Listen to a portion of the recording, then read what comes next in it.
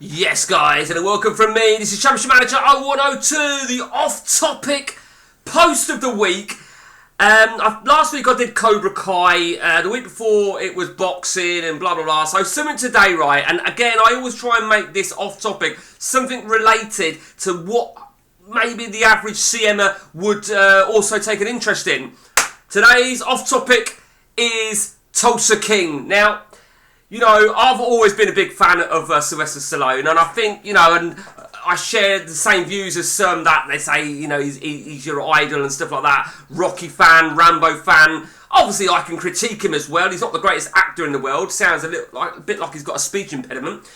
But it's funny, right, because several years ago, a close friend of mine, we always used to talk about Rocky and this and that, and we were talking about Stallone. We're going back about, I don't know, 4 or 5 years, and I remember him saying something to me, right? We often said, right, between Stallone, Schwarzenegger and Bruce Willis, in our opinions, Bruce Willis is the best actor of the three.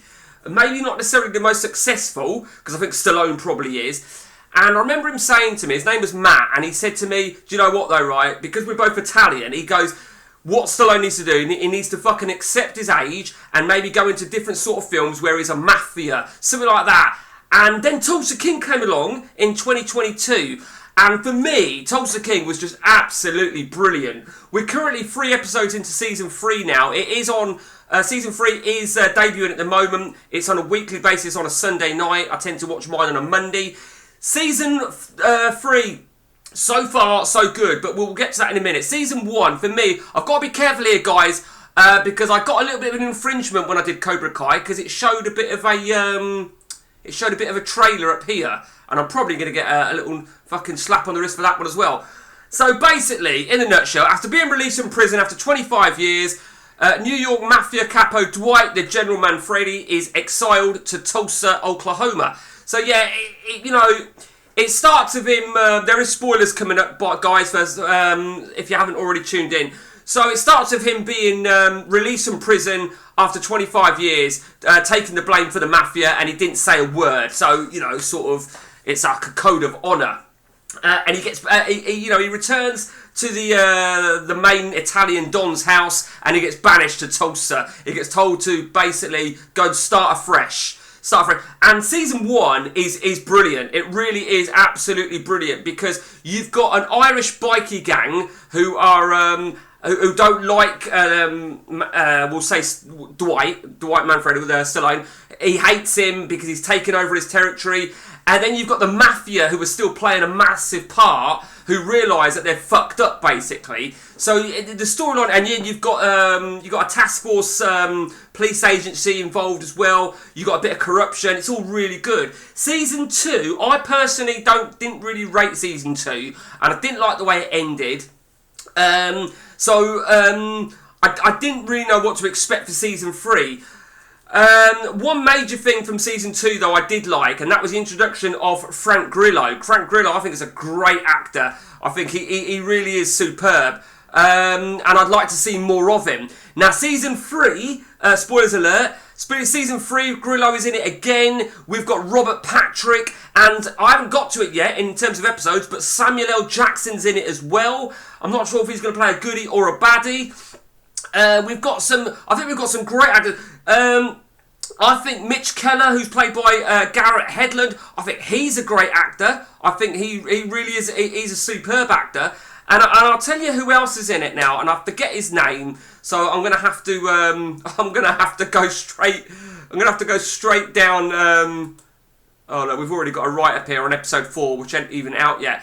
But there's a guy here. There's Robert Patrick, the guy that played Terminator 3, of course. I think he's phenomenal. I really do think he's great. This guy here, is it Bureau Knapp? I think he is great. I've seen him in Organised Crime and SEAL Team. I think he's a great actor, and he plays his part so far so good. But Frank Grillo, I mean, I like Frank Grillo. I'm a big fan of Frank Grillo, particularly with his MMA series of Kingdom. By the looks of it, he's not even in this episode, it looks like. But, you know, I'm looking here. This is spoilers for me here. By looking at who's going to be in episode 4, there's Frank Grillo. I think Frank Grillo, he adds another dimension. I think that the problem that I've got with season 3, I'm guessing it's going to be 9-10 episodes again. There's a lot going on, which tells me it's going to be rushed. But that don't necessarily mean that, because before the season had even launched, I watched an interview with, I think it was Jimmy Fallon and Stallone, and they've already renewed it for season 4. So that already has told me that maybe it's going to be left on a cliffhanger, maybe the storylines are not going to be concluded. But the one thing I can't get my head around, going back to my conversation with my mate Matt, Stallone is now 79. He's 79 years of age, right? So they make it, how much further can he go? Don't get me wrong, yeah, I'll still watch it, and it's great stuff to watch. When you need baddies. So I don't know what to expect. I really don't know what to expect completely. But there is a season 4. Now, of course, that could get canned at the last minute. I suppose it depends on the outcome of how this goes. Sorry, I'm actually looking. I mean, this guy, Carl Fresher, he was an arsehole from season 2, but he's come back into it as a more of a government sort of concept now. As I said, Robert Patrick is brilliant.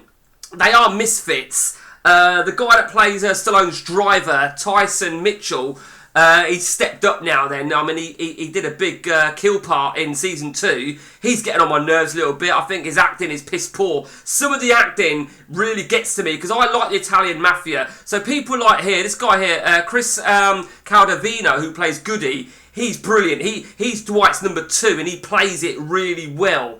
This guy here, Special Agent Musso, played by Kevin Pollak. I understand the role, and I like the storyline of his role and the concept. Somebody else could have played him, I feel. Somebody maybe with a little more experience, but it is what it is.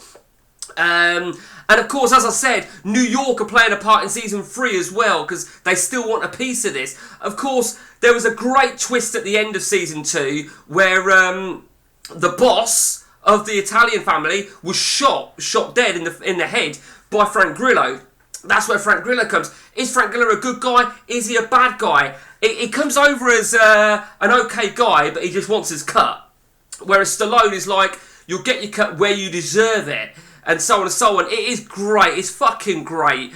And it really is something that I'm really into. Let me know your views, guys, if it's something you're into. Till next time from me, guys, take it easy.